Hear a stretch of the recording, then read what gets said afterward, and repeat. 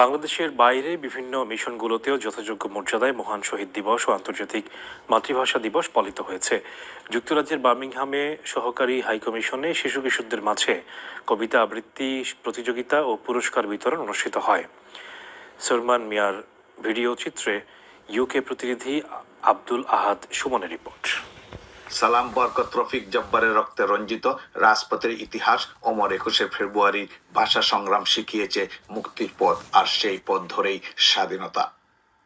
21শে ফেব্রুয়ারি আন্তর্জাতিক মাতৃভাষা দিবসের শিশুরাই আগামীর সবার আগে বাংলাদেশ বিনির্মাণে সেতুবন্ধন হিসেবে কাজ করবে বললেন সহকারী হাই কমিশনার সুজন দেবনাথ।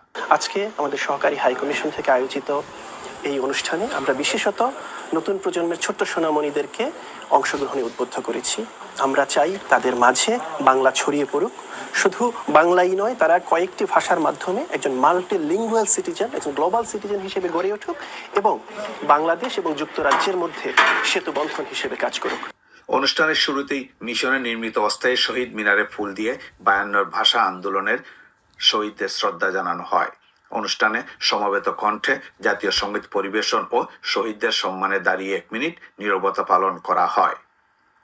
মিশনের প্রথম সচিব হামিদা খাতুনের সঞ্চালনায় ও সহকারী হাইকমিশনার সুজন দেবনাথের সভাপতিত্বে অনুষ্ঠানে মহামান্য রাষ্ট্রপতি, মাননীয় প্রধানমন্ত্রী, পররাষ্ট্রমন্ত্রী ও পররাষ্ট্র প্রতিমন্ত্রী বাণী পাঠ করে শোনানো হয়।